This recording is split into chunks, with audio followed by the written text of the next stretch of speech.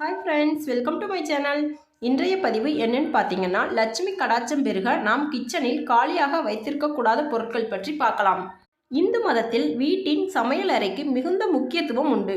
அங்கு அன்னபூரணி தேவி வசிப்பதாக கூறப்படுகிறது. அன்னபூரணி தேவி என்பவர் லட்சுமி தேவியின் மற்றொரு வடிவம். அன்னபூரணி தேவிக்கு சுத்தம் மிகவும் பிடித்தமான ஒன்று. சமையலறை சுத்தமாக இருப்பது மட்டும் அல்லாமல் வாஸ்துப்படி சமையல் அறையில் சில பொருட்கள் இல்லாவிட்டாலும் லட்சுமி தேவி வருத்தப்படுவாள் என்றும் செல்வ செழிப்பு இல்லாமல் போய்விடும் என்பது உண்மை.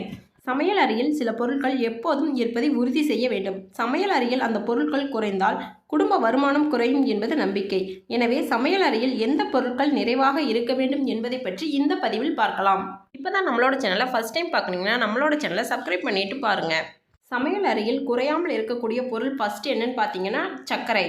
சமையல் அறையில் சர்க்கரை எப்போதும் நிறைவாக இருக்க வேண்டும். அதற்கான பாத்திரம் எப்போதும் காலியாக இருக்கக்கூடாது. சர்க்கரை உணவை இனிப்பாக்குகிறது, அதாவது நம் வாழ்க்கையிலும் இனிமையை நிரப்புகிறது.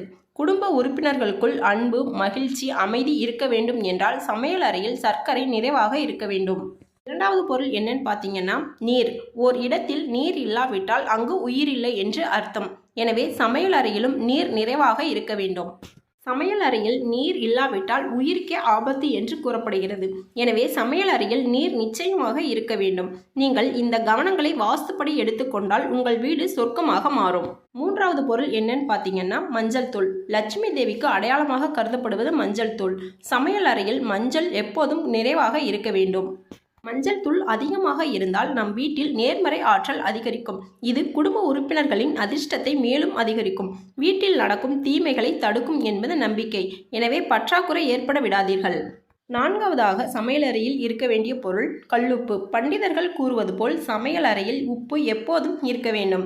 இதன் நிறம் வெள்ளையாக இருப்பதால் இது சந்திரனை குறிக்கிறது. சந்திரன் செல்வ செழிப்புக்கு காரணமானவர். எனவே உப்பு பற்றாக்குறை உள்ள வீட்டில் பிரச்சனைகள் தொடங்கும்.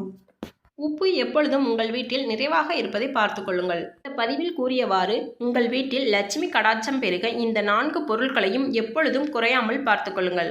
இந்த பதிவு உங்களுக்கு பிடிச்சிருந்தா நம்மளோட சேனலை லைக் பண்ணுங்கள், ஷேர் பண்ணுங்கள், கமெண்ட் பண்ணுங்கள், சப்ஸ்கிரைப் பண்ணுங்கள்.